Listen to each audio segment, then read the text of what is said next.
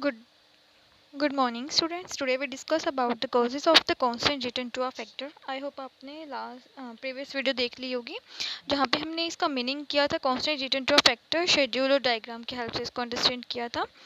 So today we discuss about the causes of the constant return to a factor. The first causes is that the optimum utilization of the fixed factor.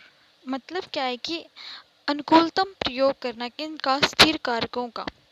तो first point है हमारा optimum utilization of the fix factor. Optimum का मतलब ही इसके name से ही clear है. Optimum का मतलब होता है कि वेस्टेज को कम से कम करना, जितना हो सके फैक्टर्स को अच्छे से फुली यूटिलाइज करना. जस्ट लाइक मैंने एग्जांपल भी लिया था कि जस्ट लाइक हम वन शूज़ के पेयर प्रोड्यूस कर रहे हैं. अगर साइज से आपका लेदर बच जाता है, अगर आप उसे एक बेबी का प्रोडक्ट प्रोड्यूस कर देते हैं, उससे बेबी का पेयर प्रोड्यूस करते हैं, तो उसका मतलब क्या, वहाँ पे अपने रिसोर्सेज का ऑप्टिमम यूटिलाइज कर वेस्टेज क्या किया, उसकी कम से कम किया.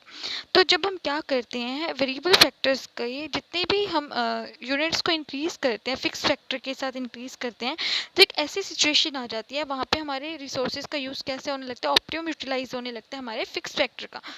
कि मैंने क्या बोला कि जब हम वेरिएबल फैक्टर्स को जब फिक्स फैक्टर के साथ कंबाइन करते हैं, तो एक ऐसी सिचुएशन आ जाती है जहाँ पे हमें स्टार्टिंग में क्या मिलता है, इंक्रीजिंग रिटर्न मिलते हैं. आफ्टर दैट हमारे रिसोर्सेज का क्या यूज़ होने लगता है, अनुकूलतम प्रयोग होने लगता है, ऑप्टिमम यूटिलाइज होने लगता है हमारे फिक्स फैक्टर का.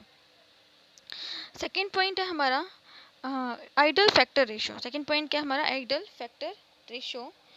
तो आइडल फैक्टर रेशो का मतलब क्या होता है. आइडल फैक्टर रेशो के अंदर हम मेनली डिस्कस करते हैं कि आदर्श कारक अनुपात. आइडल का मतलब भी यही होता है. देखो, हमने जितने भी कॉजेज किए थे इंक्रीजिंग रिटर्न के, उसके अंदर हमने इंक्रीज करने से रिलेटेड बातें की थी. लेकिन यहाँ पे हम डिस्कस कर रहे हैं किसकी, कांस्टेंट रिटर्न की फैक्टर की बात कर रहे हैं. जो एक प्रोड्यूसर होता है, आप एक प्रोड्यूसर के पॉइंट ऑफ व्यू से सोचें. एक प्रोड्यूसर क्या चाहता है कि उसका आउटपुट इंक्रीज हो, ठीक है. उसके बाद वो क्या चाहेगा कि उसको कांस्टेंट रिटर्न तो मिले, एटलीस्ट उसका प्रोडक्शन डिक्रीज ना हो, ठीक है. कांस्टेंट रिटर्न तो वो चाहता है. तो मतलब किसका मतलब क्या है कि वो आदर्श अनुपात तो बनाना चाहता है, ठीक है.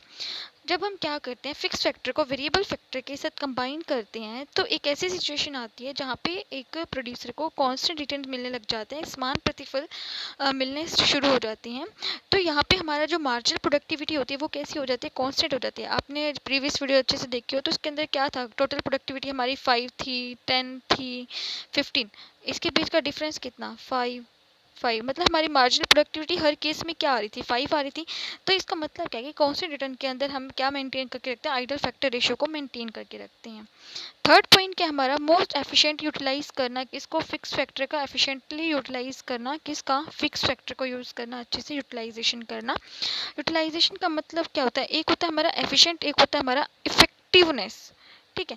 एफिशिएंट और इफेक्टिवनेस में एक ही वर्ड का डिफरेंस है. सी और टी को देखते हैं. सी का मतलब होता है कि कॉस्ट कम से कम आए, ठीक है. टी का मतलब क्या होता है कि लिमिटेड एक with in a time period के अंदर हमारा प्रोडक्शन क्या हो जाए, हमारा प्रोड्यूस हो जाए, ठीक है. उसको क्या बोलते हैं हम, इफेक्टिवनेस बोलते हैं, ठीक है.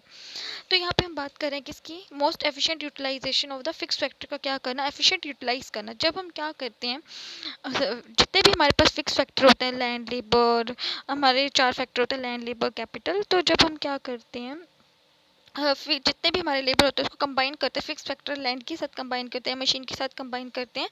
तो एक ऐसी सिचुएशन आ जाती है जहाँ पे हम क्या करते हैं कि हमारे लेबर का मैक्सिमम यूटिलाइजेशन होना स्टार्ट हो जाता है. तो उस केस में जब मैक्सिमम यूटिलाइजेशन होना स्टार्ट हो जाता है, तो हमारी मार्जिनल प्रोडक्टिविटी क्या हो जाती है, वहाँ पे हमारी मार्जिनल प्रोडक्टिविटी क्या हो जाती है, कांस्टेंट हो जाती है.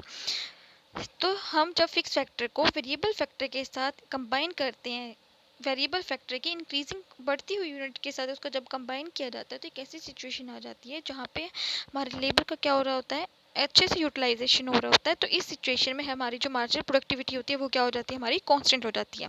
तो आपकी जो कॉजेज होती है, ये हमारे कॉम्पिटिटिव एग्जाम में क्वेश्चंस भी आते हैं constant return to a factor के. इसमें पूछा जाता है कि ऑप्टिमम यूटिलाइजेशन दिया हो जाता है, आइडल फैक्टर रेशियो होता है, मोस्ट इफेक्टिवली यूटिलाइज करना वेरिएबल फैक्टर का. तो एक फोर्थ ऑप्शन ऐसा दिया जाता है जिसमें पूछा जाता है कि इसमें कौन सा कॉजेज कांस्टेंट रिटर्न का नहीं है. तो आपको अच्छे से पता होगा कि हमारे कौन कौन से कॉजेज है. ऑप्टिमम यूटिलाइज करना फिक्स फैक्टर का, जब ऑप्टिममली यूटिलाइजेशन होता है तो हमारी मार्जिनल प्रोडक्टिविटी क्या हो रही है, कांस्टेंट. आइडल फैक्टर रेशियो भी इसलिए मेंटेन किया जाता है कि क्योंकि एक प्रोड्यूसर यही चाहता है कि उसको क्या मिले, कांस्टेंट रिटर्न्स तो मिले ही मिले. मोस्ट एफिशिएंट यूटिलाइज करना वेरिएबल फैक्टर क्या है हमारा, लेबर, उसका अच्छे से यूटिलाइजेशन करना. तो आई होप आपको अच्छे से समझ में आ गया होगा causes of constant return to a factor. Thank you.